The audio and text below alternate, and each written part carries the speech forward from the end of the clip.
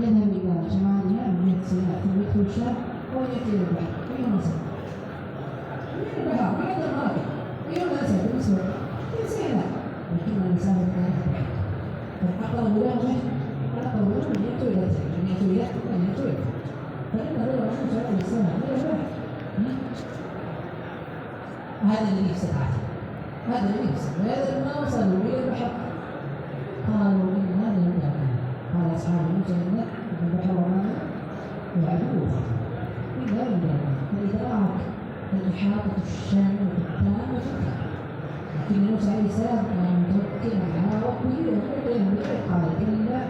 إن معي ربي سيهدين ربنا تبارك وتعالى سيهدينا كيف؟ الله أعلم هو سيهدينا مثل إبراهيم عليه السلام قال ربي يخرج من الجنة لا شيء بينه وبين الله إلا نسبة جاء به جبريل ولك حاجة قال لبيك فلا أما إلى الله الفرع ربنا تبارك وتعالى سيهدينا كيف؟ الله أعلم النار ينزل مطر من السماء